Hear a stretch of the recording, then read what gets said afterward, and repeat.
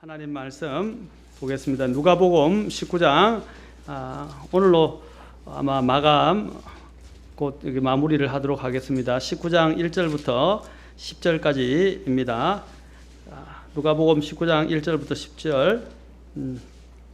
자, 오늘 무엇보다도 앞에 계속 보았으니까 이제 제가 8절부터 보겠습니다. 삭개오가 서서 주께 이르되 주여 보소서 내가 내 재물의 절반을 가난한 사람에게 주겠사오며 만일 내가 거짓 고소하여 어떤 사람에게 무엇이든지 빼앗았으면 그에게 4배로 갚겠나이다 하매 예수님께서 그에게 이르시되 그도 아브라함의 자손인즉 이날 구원이 이 집에 이르렀도다. 사람의 아들은 잃어버린 것을 찾아 구원하러 왔느니라 하시니라. 기도하겠습니다. 하나님, 이 시간 주님의 시간입니다. 오늘 주님 앞에 나온 성도님들에게 꼭 필요한 대로 말씀해 주시고 성령으로 인도해 주십시오. 주님께 이 모든 시간을 부탁드리며 우리에게 놀라우신 구원을 허락해 하시고 인도하신 우리 주 복된 우리 주 예수 그리스도의 존함을 받들어 기도함나이다. 아멘. 앉으시겠습니다. 자, 제가 먼저 이 삭개오를 통해서 삭개오는 하나님 없는 인생의 모습을 보여주고 그 허무함을 잘 보여주는 사람이다 라고 했습니다. 그리고 결국에는 그는 더 나아가서 여기 돌 무화과 나무에 올라가서 주님을 극적으로 만나게 되고 주님이 그의 이름을 직접 보시고 그의 이름을 불러주시며 찾아주셨습니다. 자, 우리 또한 하나님께서 이렇게 찾아오셔서 만나 주셨습니다. 누구든지 주님을 찾고자 하는 사람들에게 주님은 간절히 찾는 자를 만나 주시고 또 그에게 필요한 부분들을 채워주시는 하나님임을 우리는 보게 되었습니다. 자, 이 계기를 통해서 우리는 변화된 삭개오를 보게 됩니다. 그래서 삭개오 중에서 가장 놀라운 것이 바로 그의 회개와 그가 이제 그 이후에 변화된 삶을 통해서 우리 또한 보게 됩니다. 첫째는 배우게 됩니다. 첫째는 그의 인생관과 가치관이 바뀌었다고 말씀했습니다. 원래 예수님을 만나면 모든 인생과 가치관이 바뀌게 되어 있습니다. 자신이 이전에 보던 것들을 그대로 보지 않습니다. 죄를 죄로 보지 않습니다. 그렇죠? 이제 그렇게 다시 말하면 이전에는 죄를 즐기면서 죄에 붙들려 살고 죄에 대한 아무런 감각이 없고 또 죄에 대한 죄책감도 있긴 있겠죠. 그러나 적었지만 예수님을 만나고 난 뒤로부터는 죄에 대해서 더 혐오하게 되고 죄에 대해서 더 강도 있는 그리고 이전에 죄라고 생각되지 않는 것까지도 죄라고 생각하게 되고 또 주님이 보시는 것처럼 죄에 대한 입장과 태도를 그리고 갖게 된다는 것입니다. 그러한 관점으로 완전히 변화된 삶을 갖게 됩니다. 또 인생을 통해서도 이 세상을 마치 영원히 살아갈 것처럼 또 인생에서 행복을 얻을 수 있는 것처럼 살아갔지만 그러한 인생의 간조가 털려주고 이 세상은 심판하에 있고 또한 하나님이 이 인생에 주재하지 않으면 어떠한 행복도 없다는 사실들을 깨닫게 된다는 것입니다. 곧 인생관과 그 인생을 보는 관조 그리고 또한 인생에 대한 모든 것에 대한 가치, 특히 대표적인 가치가 물질에 대한 가치였습니다. 그렇죠? 행복에 대한 가치와 물질에 대한 가치가 사실 이 삭개오가 가장 변화된 모습이라고 할 수 있습니다. 그리고 더 나아가서 그것이 행동으로 더 깊이 있게 나타나는데 무엇에 대한 가치입니까? 곧 아까 물질이라고 했는데 곧 돈을 내려놓고 하나님의 법에 대한 이해가 생기게 됩니다. 자, 이거 중요합니다. 하나님의 법에 대한 이해. 전에는 우리가 그랬죠. 믿지 않는 사람에게도 하나님이 심판하실 때 뭐로 심판한다고 그랬어요? 예? 하나님의 법으로 심판합니다. 자, 그들은 우리에게 갖고 있는 하나님의 말씀이라는 법은 없어요. 그리고 또 구약 시대는 하나님의 유대인들에게 줬던 율법은 그들에게 주어지지 않았습니다. 그럼 어떻게 이방인들이 심판을 받아요? 그렇죠. 또 오늘날 시대도 하나님을 모르고 하나님을 거부하는 사람들을 뭘로 심판받는 거예요? 양심입니다. 로마서에서 사도 바울이 뭐라 그랬습니까? 내가 하나님의 그죠? 이제 하나님의 뜻을 이야기하면서 곧 그들이 하나님의 그 진리대로 심판을 받을 것이고 또 하나님의 주신 양심의 법에 따라서 심판을 받을 것이다 라고 두 가지를 통해서 강조를 하고 있습니다. 자, 진리에 의해서 그리고 양심의 법. 율법이 없는 자들은 양심이 뭐라고 그랬어요? 그들에게 율법이 된다라고 말했습니다. 하나님은 각 사람에게 하나님을 의식할 수 있는 것이 주었다고 말했어요. 자, 제가 전에도 한번 설교할 때 말씀을 드렸죠. 양심의 정의가 뭐죠? 양심의 정의가? 양심의 정의가 뭐예요? 양심의 원래 그 뜻이 어디서 유래됐어요? 그 원래 뜻이 뭡니까? 양심이? 자, 생각인데 어떤 생각이냐? 자, 이게 원래 양심이라는 뜻 자체가 know with 해서 누구와 더불어 안다, 또 함께 안다 이런 뜻입니다. 함께 안다. 그러면 누구와 함께 안다는 거예요? 더불어 안다는 거예요? 하나님입니다. 보이지 않는 하나님과 더불어 안다는 거예요. 그러니까 나만 알고 있다고 생각하는데 하나님이 아신다, 함께 아신다. 함께 알고 계신다는 게 양심이에요. 그렇죠? 그래서 양심은 나 혼자만의 것이 아니에요. 하나님이 다 양심을 통해서 왜 심판하십니까? 그 양심의 법에 새겨진 대로 나중에 다 알고 계시고 심판하신다는 겁니다. 그렇죠? 바로 이러한 부분에 있어서 그는 자유롭지 못했지만 그의 양심이 이전에는 하나님 없이 양심에 의해서부터 했지만 이제는 하나님을 알고 난 다음에 이 사람은 또 유대인이었어요. 그러나 유대인이었지만 이방인들처럼 살아갔어요. 그렇죠? 이방인처럼 하나님 없이 살아갔었어요. 그러나 그가 하나님을 알고 난 다음에 어떻게 했습니까? 하나님의 법을 깨닫게 되고 더 이해하게 됐어요. 이제는 하나님의 법이 있어도 하나님의 법을 무시하며 살았어요. 이 사람은 이방인 개종자이거나 유대인이었습니다. 그렇죠? 유대인이었어요. 왜냐하면 그거 보고 주님께서 뭐라고 말씀하냐면 아브라함의 아들이다, 자손이다 라고 이야기했어요. 너도 나왔잖아요. 여기 본문에. 나왔죠? 9절에 보니까 아까 읽었죠? 네. 그도 아브라함의 자손이다. 그랬어요. 둘 중에 하나입니다. 그가 이방인이었는데 개종해서 유대인이 되었거나, 그렇죠? 유대인이 되었고, 또 아니면 그가 원래 유대인이었거나. 그러나 그거는 성경에서 이야기할 때 혈통을 통해서 그가 아브라함의 씨에 의해서 혈통을 통해서 그가 아브라함의 자손이었는지 모르겠지만 믿음에 의해서는 아브라함의 자손이 아니었다는 것입니다. 그게 로마서 4장이 이야기하는 것입니다. 그렇죠? 믿음에 따른 아브라함의 자녀가 돼요.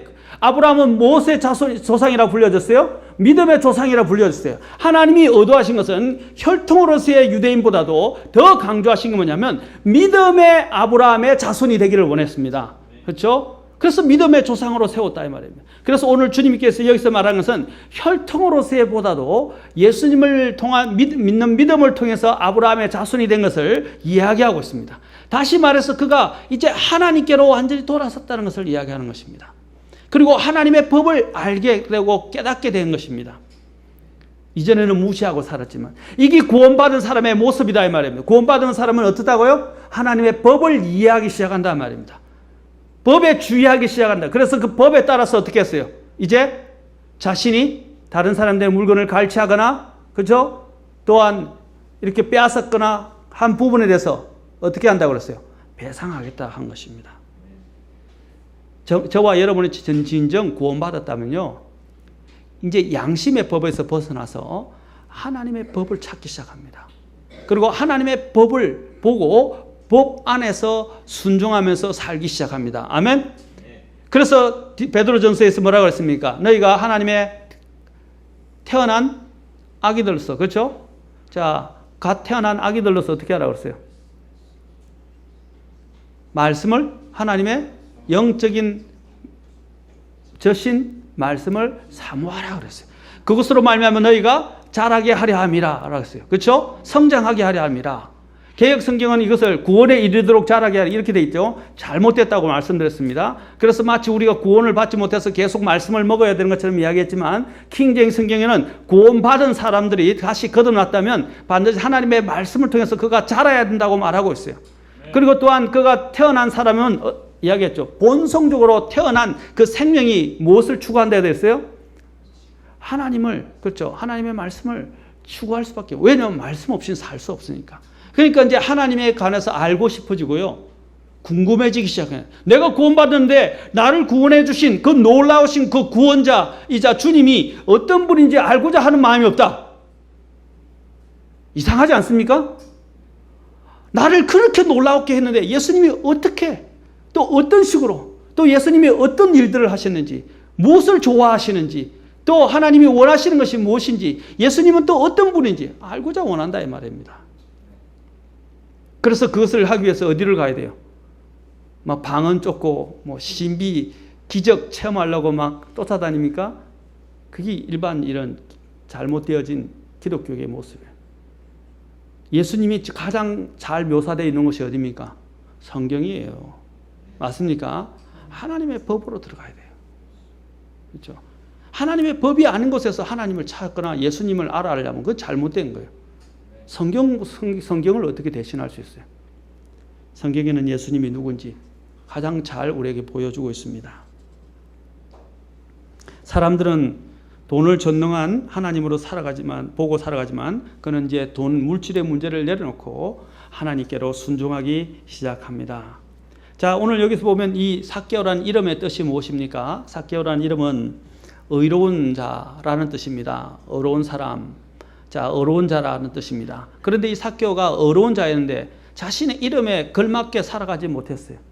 자, 이름이 있는 게 중요하죠. 우리도 뭐 장명하고 이름을 짓고 뭐 좋게, 물론 이름이 참 좋은 것도 있어요. 어떤 사람들은 옛날 우스갯소리로 이름 중에도 이상한 이름들이 있더라고요. 그래가지고 그 이름 때문에 뭐 여러 번 웃은 적도 있고 그것 때문에 여러 가지 에피소드도 들은 적도 저도 있습니다. 지금은 그런 것을 이야기하는 시간이 아니니까. 이름 때문에 곤욕을 치르기도 하고요. 계명을 하시는 사람도 있습니다. 이제 우리가 이름을 가진 것이 중요하잖아요. 좋은 이름을 가지면 뭐합니까? 그 이름에 어울리지 않는다면, 합당하게 살아가지 않는다면 그 이름에 먹칠하는 거예요. 마찬가지 유대인들은 각자 자기 받은 이름의 의미를 다 담고 있었어요. 그러나 예수님을 만나서 좋지 않던 이름이 좋은 이름으로 바뀐 사람도 있고, 또 예수님을 만나지 못해서 그 좋은 이름이 그 이름에 걸맞지 않게 평생을 살아가는 사람들도 있습니다. 그러나 이 사람은 이 세리장이었던 이 삭개오는 자신의 이름만 가지고 있었을 뿐이었습니다. 유명무실했죠. 그러나 그가 예수님을 만난 다음부터는 그의 이름에 합당하게 그는 정말로 의로운 사람이 되었습니다. 아멘. 자, 그리고 그는 세리들의 우두머리, 곧 세리장이 된 것은 사실 그의 이름에 걸맞게 사는 것이 아니었습니다. 그는 여리고에 있는 유대 종교 공동체에서도 그를 의로운 사람으로 간주하지 않았습니다. 그러나 이제 그는 예수님을 만난 후에 그는 영적으로 다시 태어나 의로운 사람이 되었습니다. 그래서 의인은 없나니 그렇죠? 의인은 단 한 사람도 없도다라고 로마서 3장 10절에서 이야기했어요. 그런데 어떻게 됐어요? 너무 다 그리스도 예수 안에 있는 자는 다 어떻게 됩니까? 다 의롭다함을 받게 된다라고 말하고 있습니다. 아멘. 그리스도 안에 있는 사람들은 다 의인이 되는 것입니다. 그렇죠? 다 삭개오처럼 되어버리는 거예요. 그렇죠? 삭개오 이름은 갖지 않았지만 삭개오의 그 의미는 우리가 진정으로 가지게 되는 것입니다. 예수님을 만난 것이 이렇게 복된 것입니다. 자, 주님을 만났을 때 삭개오는 또 어떻게 변화됩니까? 만나게 될 때 그는 어린아이처럼 되었습니다. 동양에서는요, 유대인들도 마찬가지예요. 남자가 막 한박 뛰어다니고 이렇게 우리가 뭐라 그래, 청성맞게, 그렇죠? 또 어울리지 않게 막 뛰어다니는 것들이 사실 그렇게 썩 좋지 않았습니다. 범상치 않은 일이었어요. 더군다나 부유한 정부 관료가 그렇게 막 뛰어다니는 것은 더욱더 적절치 못한 일. 우리도 옛날에 양반 안 뛰어다녔죠. 사실 그쪽에서도 그렇게 남자들이 그냥 함부로 막 뛰어다니는 것은 그렇게 썩 좋게 여기지 않았습니다. 적절치 않았어요. 그러나 이 삭개오는 예수님을 만났을 때 어떻게 했습니까? 막 달려갔어요. 예수님을 알고자 해서 막 어린아이처럼 거리에서 내어 달렸다고 말하고 달려가서 어떻게 해요? 돌 무화과 나무 위에 가서 그곳을 타고 오르는 것은 아주 개구진 어린아이와 같은 상식밖에 행동이었습니다. 어른이 뛰어가서, 그렇죠? 뛰어가는 것도 그런데 뛰어가서 그 나무에까지 타고 올라가는 것. 얼마나 몰상식한 일이었습니까? 그러나 그것은 그가 더 그리고 다 큰 사람이 그런 일을 하는 것은 참으로 보기가 민망했을 것 같습니다. 더군다나 고위 정부 관료이자 엄청난 부자가 말입니다. 여러분이 만약에 여기서 지금 부자가 어떤 군중에 있는 어떤 재미있는 것들을 보기 위해서 전봇대를 타고 올라간다고 생각해 보세요. 이건희 회장이, 예? 아니면 여기 있는 제가 지금 여러분들에게 실감을 하게 하기 위해서 지금 이야기하는 거예요. 이렇게 하니까 자꾸 못 느끼는 것 같아. 예? 서울시장이 전봇대를 타고 올라가지고 그걸 보려고 이렇게 내다보려고 이렇게 하고 있는 모습을 한번 생각해 보세요. 얼마나 우스꽝스러운 일인지. 아마 사람의 이목을 가진 사람이라면 그렇게 안 해요. 맞습니까? 그렇게 안 한다며. 그러나 그는 그렇게 했다는 것입니다. 예수님을 만나는 이 문제에 있어서 아무것도 그에게 장애가 되지 못했습니다. 그의 작은 키, 그의 여러 가지 보는 사람들이 보고 있는 눈, 이런 여러 가지 체면, 위신, 이 모든 문제를 다 갖다 버렸어요. 아멘? 예수님을 만나기 위해서는 다 버렸어야 돼요. 저는 교회에서 마찬가지입니다. 저는 늘 이야기하지만 이 교회 대통령이 와도 여기 있는 하나님의 안에서, 교회 안에서 정해진 하나님의 말씀에 의해서 순종하는 모든 문제에 대해서 그는 섬기면서 자신을 드러내지 말아야 돼요. 아멘?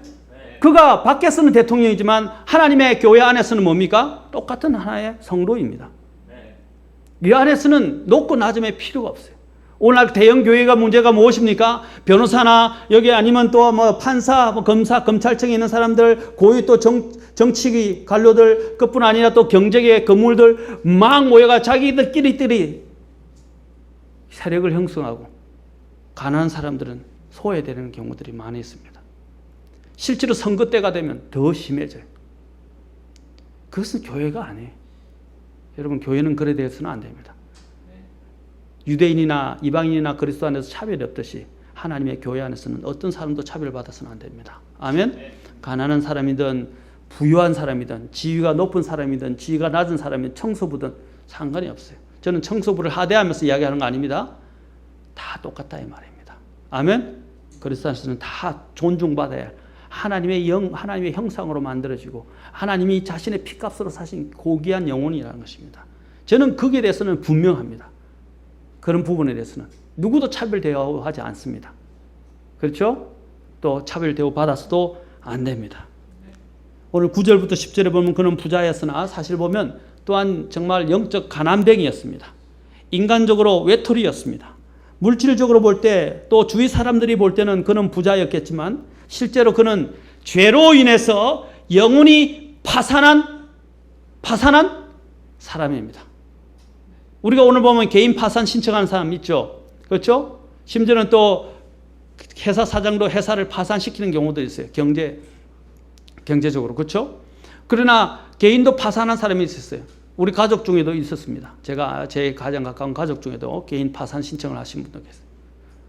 이게 얼마나 비참한, 그는 사실 물질적으로는 부유해서 파산이 안 됐지 못지만 사실 영적인 면에서 볼 때 그는 죄로 인해서 파산한 불쌍한 영혼이었다는 사실입니다.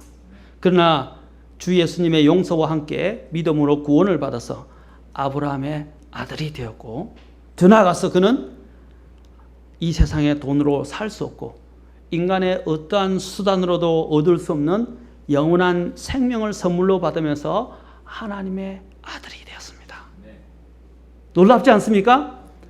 감히 죄인이 하나님의 아들로 받아들여진다는 것은 얼마나 놀라운 일입니까? 오늘의 이 내용은요, 사복음서에서 주 예수님께서 그분 자신을 다른 사람의 집으로 직접 초대하는 유일한 사건입니다. 예수님께서 자기 자신을 그 죄인의 집에, 그 사람의 집으로 직접 초대되는 유일한 사건이라 이 말입니다. 주님이 자신을 직접 초대하셨어요. 여기서 우리가 볼 수 있는 더 놀라운 사실은 삭개오의 집의 주인이 누가 되셨어요? 주님이 되셨어요. 아멘. 그리고 삭개오는 어떻게 됐습니까? 자기는 손님이 되었어요. 또 종이 되었어요. 아멘. 이게 진정한 정말 놀라운 변화를 가지고 온 사람의 모습입니다. 우리가 예수님을 초청할 때 예수님을 뭐로 모셔드립니까? 구원자뿐 아니라 주님으로 모시게 되는 겁니다. 아멘. 사람들이 이걸 잃어버려요. 많은 사람들의 가장 큰 복음에 있어서 문제가 뭐냐면 예수님을 자신의 구원자로는 영접을 하지만 주로 영접하지 않는다는 겁니다. 그러나 여러분 성경 본문에 성경을 구원시키는 것과 관련된 복음을 구절들을 한번 찾아보세요. 거기 보면 다 뭐라고 됐어요? 주 예수님이라고 됐어요. 주 예수님을 받아들이는 거예요. 곧 마음의 주인이 누구라고요? 누가 되는 거예요? 주님이 되는 겁니다. 마음의 왕자에 누가 앉는 것입니까? 주님이 앉는 거예요.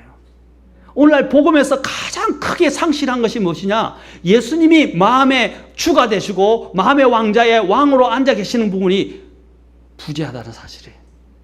아니면 결여되어 있다는 겁니다. 그래서 지금 복음이 엉망이 되어 가세요. 그리스도인다운 모습을 볼 수가 없어요. 요한계시록 3장 20절이 바로 오늘 이 삭개오의 아름다운 장면을 가장 잘 보여주는 하나의 주님이 직접 언급하시는 오늘 이 구절과 요한계시록 3장 20절이 바로 정말 같이 밀접하게 연관되어 있는 말씀이라고 할 수 있습니다. 자, 요한계시록 3장 20절 봅시다. 우리 다 잘 알지만 같이 크게 한번 읽어봅시다. 원래 이 요한계시록 3장 20절은 우리가 사람들을 구원시킬 때 사용을 하는데 이 구절은 원래 사람을 구원시키는 데 사용하는 것이 아니고요. 지금 라오디게아 교회라는 특정한 이러한 하나님을 믿는다는 그 교회에게 주님이 주시는 메시지입니다. 아멘? 아멘? 그런데 그 교회가 주님을 쫓아내자 주님께서 그 주님이 주인이 되지 못하고 그 교회 중심에 있지 못하자 어떻게 됩니까? 주님이 이제는 이 교회가 전체가 안 되니까 이제 개인을 초청하시는 거예요. 그렇죠? 사실은 그런 의미를 갖고 있는 것인데 우리가 구원받지 않은 또한 사람들에게 복음을 전할 때도 많이 사용을 합니다. 그래서 3장 20절을 보면 보라 내가 같이 읽도록 합시다. 시작. 보라 내가 문에 서서 두드리노니 누구든지 내 음성을 듣고 문을 열면 내가 그에게로 들어가 그와 함께 만찬을 먹고 그는 나와 함께 먹으리라. 지금 이 마음의 문의 주인은 누구예요? 지금 예수님 오시기 전에 개인이었죠. 개인 자신이었죠. 맞습니까? 그런데 주님이 어떻게 했어요? 들어가셔서 어떻게 해요? 주님이 주인이 되시는 것입니다. 아멘? 그리고 주님이 초청을 하세요. 주님이 초청을 하시죠? 네. 마찬가지입니다. 오늘 여기 봅시다. 주님이 삭개오 집에 가서 유식하겠다고 삭개오를 오히려 초청하십니다. 네. 아멘? 네. 야, 이거는 얼마나 놀라운 사건이에요. 아까도 얘기했지만 사복음서 중에 유일하게 이 부분을 언급하고 있고 주님의 이러한 초청을 제일 잘 보여줍니다. 삭개오가 구원을 받게 된 것은 선한 일을 그가 행하겠다고 약속했기 때문에 구원받은 것이 아니라 주 예수님과 그분의 생명의 말씀에 믿음으로 반응했기 때문에 구원받은 것입니다. 그렇죠? 제가 그래서 주여라는 말은 큐리온이라고 하는 것은 뭐라고 그랬어요? 그가 큐리온이라고 부른 것은 예수님을 메시아로 받아들였다는 것을 말해주는 것이라고 했습니다. 자, 그의 진정한 구원은 또 예수님이 언급하셨죠? 아브라함의 자손이 됐다고 말씀하시고 또 주님께서 구원을 10절에서 또 직접 언급하셨습니다. 맞습니까? 그의 진정한 구원은 회개의 마음과 행동을 통해 분명히 또한 나타나 보여줘. 우리 주님이 증거하셨지만 그의 행동을 통해서 나타나기 시작했어요. 아까도 말했지만 그의 선행으로 인해 구원받은 것이 아니라 그의 극심한 죄인의 상태에서 진정한 구원을 받았기 때문에 그의 삶의 태도와 행동이 변화가 나타나기 시작한 것입니다. 그래서 그가 물질을 나눠주겠다고 한 것은 뭡니까? 재산을. 바로 그의 회개로 인한 행동의 변화를 보여주는 것입니다. 아멘? 네. 자, 이것이 바로 그가 사람들 앞에서 이제 보여주게 된 것입니다. 분명히 사람들은 예수님께서 이러한 세리장의 집에 가서 머물고 방문한다는 것에 대해서 많은 비난을 했을 것입니다. 그러나 우리 주님도 어떻게 했어요? 그들의 그러한 비평과 비난에 신경을 쓰지 않으셨어요. 우리도 주님의 일에 있어서는요, 다른 사람이 뭐라고 하는 거 신경 쓰지 마세요. 그렇죠? 근데 우리는 너무 다른 사람의 일에 대해 신경을 많이 써요. 그것은 합당치 않습니다. 비평가들이 뭐라고 말하는지 그 비평가들조차도 어떻게 됩니까? 구원받아야 하고 변화받아야 하는 죄인들입니다. 자, 그들은 예수님을 영접을 하지 않았지만 오늘 여기 있는 이 세리는 예수님을 영접했습니다. 아까도 했죠. 수많은 무리들이 예수님을 보려고 모였지만 예수님이 직접 주인이 되셔서 초대하시고 그 집에 머무른 사람은, 기록된 사람은 삭개오밖에 없었다 이 말입니다. 이 얼마나 놀라운 엄청난 사건입니까? 침례자 요한은 뭐라고 말했습니까? 회개에 합당한 열매를 맺으라 라고 말했어요. 그렇죠? 회개에 합당한 열매. 회개는 삶의 변화가 찾아오는 것을 분명하게 성경은 이야기하고 있습니다. 특히 야고보서 2장 14절부터 26절에 보면 말로만 하는 것이 아니라 어떻게 해요? 진실과 행함으로 인한 그 행함을 통한 실제 이해한 믿음의 증거를 잘 이야기해 주고 있는 것입니다. 자, 그가 이게 진실로 핵심했다는 그러한 믿음의 증거들을 나타나게 됩니다. 예수님을 집 안으로 모셔드린 삭개오가 이제 주님께 이제 자신이 행하겠다고 자신의 회개의 모습을 이제 직접 주님 앞에 약속을 드리면서 나타내기 시작합니다.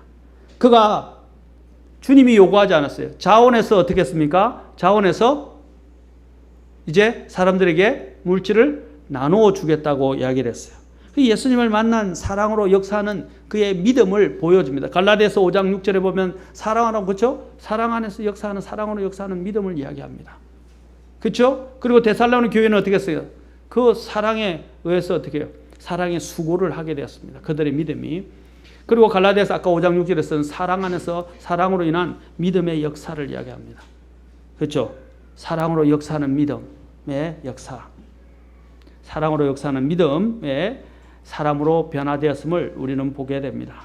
오늘 여기 보면 보상에 대한 부분이 나옵니다. 그가 보상에 대해서 언급을 했죠. 자, 오늘 다시 누가복음 19장 가봅시다. 19장에 보니까 8절에 내가 내 재물의 절반을 가난한 사람에게 주겠사오며 만일 내가 거짓 고소하여 어떤 사람에게 무엇이든지 빼앗았으면 그에게 4배로 갚겠나이다. 아멘. 자, 빼앗았을 때, 자, 생각해 봅시다. 율법에서 이 율법의 핵심 중에 하나가 보상에 관한 규례인데 이것이 바로 그 모세 오경에 기록되어 있어요. 토라라고 불려지는 모세 오경에 잘 기록되어 있어요. 대표적으로 레위기 6장 1절부터 또 5절에, 그리고 출애굽기 22장 1절에, 민수기 또한 5장 6절에 이런 부분들이 기록되어 있습니다. 자, 한 번씩 봅시다. 이 첫 번째 율법에 따르면 부당하게 갈취한 돈이나, 아까 여기 있는 데는 그가 부당한 갈취한 돈이나 부당하게 취득한 돈에 대한 배상은 레위기 6장 1절부터 7절, 민수기 5장 6절부터 7절에 보면 어떻게 하느냐? 그가 부당하게 취한 물건이나 어떤 소유나 돈에 대한 배상은 그가 갈취한 것에 대해서, 갈취한 것보다 어떻게 해요? 갈취한 것에다가 얼마를 더하면 되냐면 5분의 1, 20%를 더하는 것입니다. 100만 원이면 어떻게 해요? 100만 원에 해당하면 그게 해당하는 20만 원을 더해줘서 사실 배상을 하는 것이었습니다. 근데 그가 뭐라고 그랬어요? 오늘 여기서 부당하게 빼앗았으면 어떻게 했다고요? 4배를 갚겠다고 그랬어요. 대단하지 않습니까? 그렇죠? 율법은 20%만 갚으면 되는 거예요. 또 율법에서 혹시나 또 그 부분에 있어서 2배로 내야 되는 경우가 있었어요. 물건과 함께 그가 실제로 걸렸다면 2배를 또한 배상하는 문제가 출애굽기 22장 4절에도 나옵니다. 이런 경우는 바로 훔친 것이 원상복구가 불가능할 경우에, 자, 훔쳤는데 이게 그대로 있죠. 자, 소를 훔쳤는데 소가 그대로 있어요. 그러면 소는 5배고 이제 나중에 보면 양은 4배로 이렇게 나오는데, 그렇죠? 4배인데 그 보통 범상적으로 보통 4배라고 이야기합니다. 4배를 갚습니다. 4배가 아니고 20%를 갚습니다. 그런데 죄송합니다. 그 소나 자기가 가져왔던 갈채도 소가 죽었을 경우에는 어떻게 하느냐? 2배를 갚습니다. 2배를 갚아야 돼요. 그런데 이제 여기서 보면 아까 얘기했지만 그는 그런 경우에 어쨌든 상관없어요. 어떻게 했어요? 4배를 갚겠다고 이야기한 것입니다. 이게 얼마나 대단한 이야기입니까? 자, 그는 자기가 갈취한 것에 대해서는 20%만 갚으면 사실은 되는 것인데, 사실 주 예수님을 만난 삭개오의 회개는 사기쳤거나 그가 다른 사람들의 물건을 또한 이렇게 갈취했거나 또 어떤 여러 가지 부분들을 이용해서 그것을 폭리를 취해서 자기 배만을 위했다면, 그가 사랑이 필요한 사람들을 사랑하며 돌보지 않은 죄에 대한 회개라고 할 수 없었을 것입니다. 그러나 그가 이러한 부분들을 통해서 사람들에게 베풀기 시작했다는 것은 그가 진정한 회개를 통해서 자신이 아까 중심이 되어 있던 물질의 문제를 어떻게 해서 주님 앞에서 내려놓기 시작했다는 것입니다. 삭개의 회개는 주 예수님께로 돌아가는 것이었어요. 그리고 잘못된 자신의 소유의식을 주님의 또한 사랑을 실천하고 또 나누어주는 바로 그러한 주님 중심의 소유의식으로 바뀌게 되는 것입니다. 우리가 주님을 믿고 난 다음에 왜 11조를 하는 겁니까? 이것은 주님의 것임을 이야기하는 것이지 않습니까? 인정하는 것이죠. 그렇죠? 그것이 진정합니다. 그런데 11조만 내면 됩니까? 아닙니다. 전에도 이야기했지만 11조는 제가 설교할 것이지만 11조는 헌금이 아니에요. 많은 사람이 11조를 헌금으로 생각하는데 11조는 헌금이 아닙니다. 11조는 주님의 것입니다. 그것은 당연한 헌금이 아니에요. 주님의 것을 돌려드리는 거예요. 그 외에 오늘날 제가 계속해서 이 부분을 아주 심도 있게 다룰 겁니다만 이후에 오늘날 지금 이 같은 근본주의 진영에서 지금 또 잘못되고 있는 그 잘못된 운동 중에 하나가 뭐냐면 11조는 율법에 속한 것이며 11조는 잘못된 것이며 11조를 막 이상하게 비방하는 사람들이 많이 있어요. 그거는 하나님의 신약적 원리를 모르고 있는 것입니다. 그래가 뭐 돈이 없어가지고 다른 교회에다가 헌금 좀 해달라고 편지나 쓰고 앉았고 그런 식으로 하면 되겠어요? 그래놓고 뭐 11조 하는 교회들 뭐 율법에 속한 교회이고 잘못된 교회이고 그것은 이단들이라까지 이야기하는 사람들이 있어요. 참 이상한 사람들이 많아요. 자기 교회나 잘하면 되지. 그렇죠? 그러면 왜 11조 하는 교회에다가 손을 벌리면서 편지를 써서 우리 뭐 이렇게 이전하는데 돈이 없으니까 사람도 굉장히 많아요. 몇백 명 되는 교회가 돈이 없어가지고요. 돈 없다고 다른 교회에다가 후원해달라고 편지를 쓰고 그래요. 참 웃기는 일이잖아요. 그렇죠? 가난한 그 편지를 쓰고 있는 교회보다 더 부자인데. 자, 이상한 움직임들이 지금 많이 횡행하고 있습니다. 그냥 자기 교회만 잘하면 돼요. 저는 그렇게 생각합니다. 그렇죠? 그 교회가 알아서 결정해서 시행하면 되는 건데 그게 2단이니 3단이니 뭐 이상하면서 자기들이 마치 믿음이 뛰어난 것처럼 성경대로 제대로 하는 것처럼 이렇게 호도하고 왜곡해서는 안 된다는 것입니다. 11조는 하나님에 대한 의식에 맞습니까? 네. 다음에 제가 차곡차곡 여러분들에게 부분들에 대해서 논박하면서 가르치고 설교할 것입니다. 주님에 대한 소유의식으로 바뀌어야 합니다. 아멘? 그래서 시편에 보면 뭐라고 그랬습니까? 24편 1절에 모든 것이 뭡니까? 주님의 소유다라고 했어요. 모든 것이 주님의 것이다라고 되어 있어요. 이제 우리가 정말 구원받으면 주님의 것을 인정하는 사람이 되고 아까 같았지 뭐 물질에 대한 그가 물질의 하나님 만몬 그의 신이었지만 이제는 그가 어떻게 해서 주님이 그의 신이 되어서 그가 행복하게 나눠주게 됩니다. 특히 두 번째로 그는 뭡니까? 율법에 대한 의식을 통해서 율법으로 들어가서 물질을 내려놓고 하나님 앞에 어떻게 했어요? 그렇죠? 배상까지 하겠다고 그랬죠. 그런데 그가 더 나아가서 어떻게 사람들에게 자신의 재산의 절반을 나눠주겠다고 하면서 사람들에게 베푸는 삶을 살게 됩니다. 자, 다시 여기서 말하는 핵심은 뭐냐? 그의 가장 변화 중에 또 하나는 자기 중심적이었던 그가 다른 사람들에게 베풀어주고 나누어주는 삶을 살게 되었다는 것입니다. 그리스도인의 삶이 그래요. 자기만 생각하던 사람들이 주님의 은혜를 받고 난 뒤부터 어떻게 합니까? 이제는 다른 사람들을 생각합니다. 다른 사람들을 생각하는 가장 큰 일 중에 하나가 뭐겠어요? 큰 일들 중에 하나가 뭐겠어요? 예? 복음을 전하는 일 아닙니까? 네. 맞습니까? 내가 복음으로 값없이 구원받았잖아요. 네. 맞습니까? 그러면 그 복음을 나도 전해줘야 되지 않습니까? 그게 나눠주는 거잖아요. 복음은 내 혼자만 다 그 비밀을 알고, 그 비밀이라기보다는 그렇죠? 놀라운 그 구원의 값진 것들을 내 혼자만 다 갖고 있으면 됩니까? 안 됩니까? 근데 오늘 많은 사람이 자기만 구원받은 거기서 안주하고 복음도 전하지 않고 그냥 눌러 앉은 사람들이 많다는 거예요. 그냥 가만히 앉아서 주님을 위해 섬기지도 않고 나는 영원히 구원받았기 때문에 아무것도 안 해도 된다. 이런 잘못된 논리에 빠져 있다는 거예요. 그것들이 극단으로 간 사람들이 구원파다 이 말입니다. 우리는 나누어 줘야 합니다. 아멘. 복음에 그래서 빚졌다고 사도 바울이 이야기해요. 구원받고 난 다음에 나는 복음에 빚진 사람이다 라고 이야기했어요. 아멘. 그리고 또한 우리는 어떻게 합니까? 다른 사람들을 배려하고 생각해야 돼요. 말과, 그죠? 말로만 배부르게 하라, 더 얻게 하라 이야기하면 안 되죠. 맞습니까? 말과 진실함, 행함으로 우리는 다른 사람들에게 나누어주는 사람이 되어야 합니다.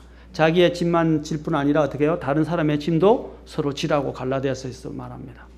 서로를 생각해야 하는 것입니다. 그래서 예루살렘 교회에서 우리가 알겠지만 사도행전에 보면 예루살렘 교회에서 어떻게 했어요?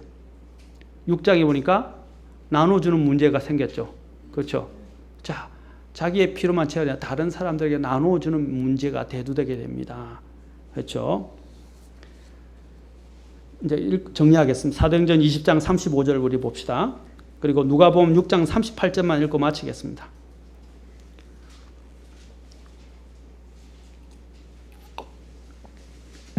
사도행전 20장 35절입니다. 그리고 누가복음 6장 38절입니다. 오늘 제가 이런 말을 해서 송구하지만 민망하고 송구하지만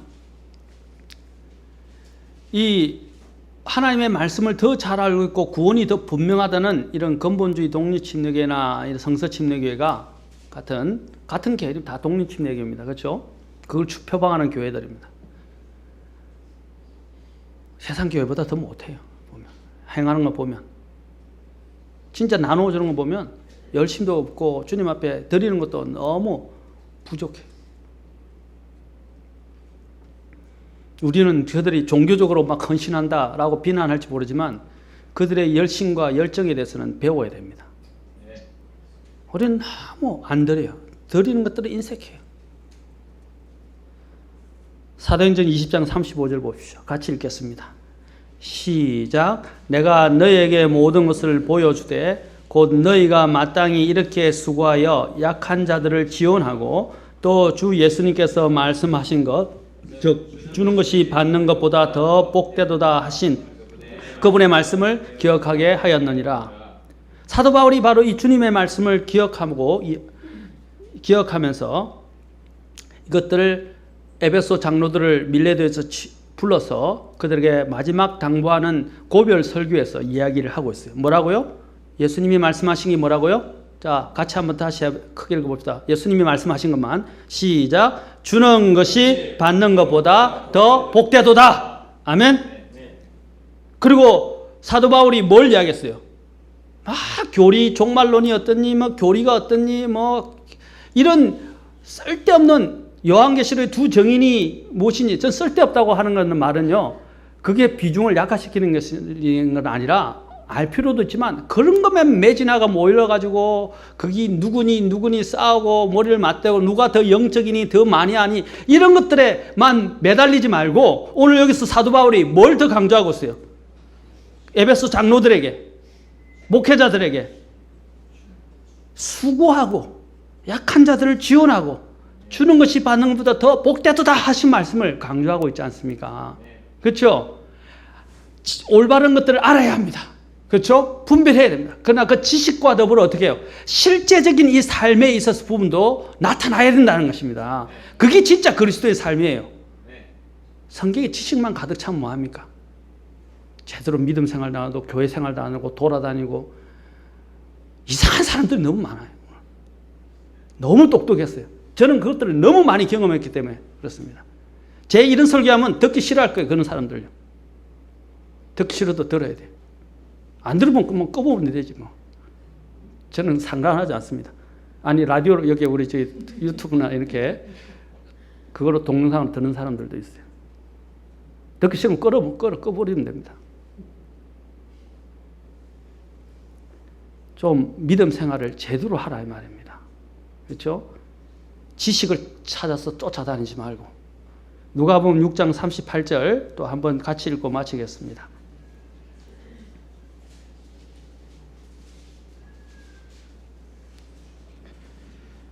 (6장 38절) 시작. 주라 그리하면 너에게 줄 것이니 곧 후이되어 누르고 함께 흔들고 넘치게 하여 사람들이 너희 품에 안겨주리라. 너희가 잴 때 쓰는 바로 그 척도로 너희가 다시 평가를 받으리라.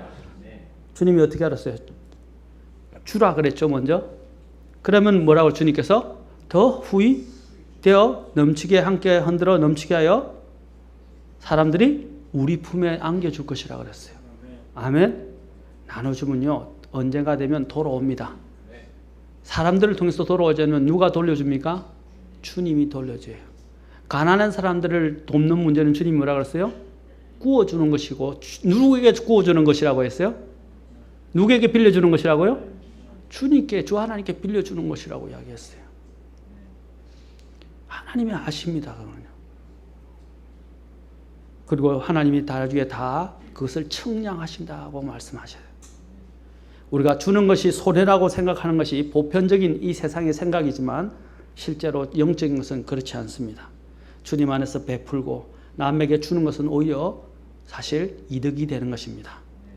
우리가 주 안에서 주님을 위해, 주님의 복음을 위해, 주님의 영혼들을 위해서 행한 것은 반드시 보상받을 것이고 주님께서는 또한 우리가 베푸신 것으로 인해서 기적들을 일으키실 것입니다. 아멘. 마치 오병이어의 그 소년의 두 마리 물고기와 빵 5덩어리를 어떻게 했습니까? 5,000명을 먹이고도 몇 강줄이? 12바구니가 남았어요. 그 12바구니가 어디 갔는지 성경은 말하지 않습니다. 제자들에게 거두지 않은 것을 주님이 언급은 하셨지만 소년에게 가시지 않을까 저는 생각합니다. 소년은 그것과 장사하고도 남았을 것 같아요. 이제 모릅니다. 그거는 모릅니다. 제가 성경에 있는 이야기를 그냥 이제 우스갯소리로 이야기했지만 소년은 얼마나 많은 것을 사실 거두었어요. 그렇죠? 아마 주님께서 네가 그걸 하니까 더 많이 챙겨주시지 않았을까 모르겠습니다. 가족들이 다 먹고도 남을 수 있을 만큼. 그렇죠? 실제로 우리가 주님께 내어드리기 시작하면 주님이 놀라우시게 역사하십니다. 믿으시기 바랍니다. 이게 진정한 회개하고 변화된 사람의 모습이다 이 말입니다. 오늘 저와 여러분도 주님이 중심이 된다면 잡으려고 아웅당하고 그것을 두려고 쌓아두려고 하지 마시고 내게 하나님이 베풀으시는 은혜 이상으로 사람들의 필요를 알고 채워주고 나눠주는 사람들이 되시기 바랍니다. 그리고 복음과 선교를 위해서는 기꺼이 들으십시오. 아까운 것이 아니에요. 그 드린 만큼 하늘에 쌓여지는 그 하나님의 그 보화를 한번 생각해 보십시오. 하늘의 주식에 쌓여질 것들을 생각해 보세요. 얼마나 귀한 일인지. 그리고 여러분들에게 말 다시 한번 하나님의 우리가 여기 목회자 친교를 할 것이지만 하나님의 사역자들을 섬기는 문제 결코 그것은 헛된 일이 아닙니다. 우리가 요한 2서에도 나오죠. 하나님의 사역자를 위해서 여러분이 드리는 문제를 아까워하지 마십시오. 그렇죠? 그것은 귀한 일입니다. 그들의 사역들을 통해서 얼마나 많은 영혼들이 구원받고 더해지고 또 많은 영혼들이 위로받고 세워지고 말씀이 선포될 수 있는 강력한 하나님의 쓰임받는 종들이 아닙니까? 그렇죠? 우리가 이런 부분에서 인색하지 맙시다. 그리고 들어서 그들로 하여금 하나님의 이 놀라운 일들을 할 수 있도록 후원하시고 지원하시는 여러분이 되기를 바랍니다. 요한일서에서 뭐라 가요에게 내가 예행하는 자들을 뭐라 했어요? 후원하면 잘하는 것이다 라고 했어요. 그 예행하는 자는 누굴 이야기하는 것을 낯선 자를 주님의 사역을 해서 돌아다니는 복음을 전하고 사역하시는 사람들을 이야기하는 거예요. 기도하시죠.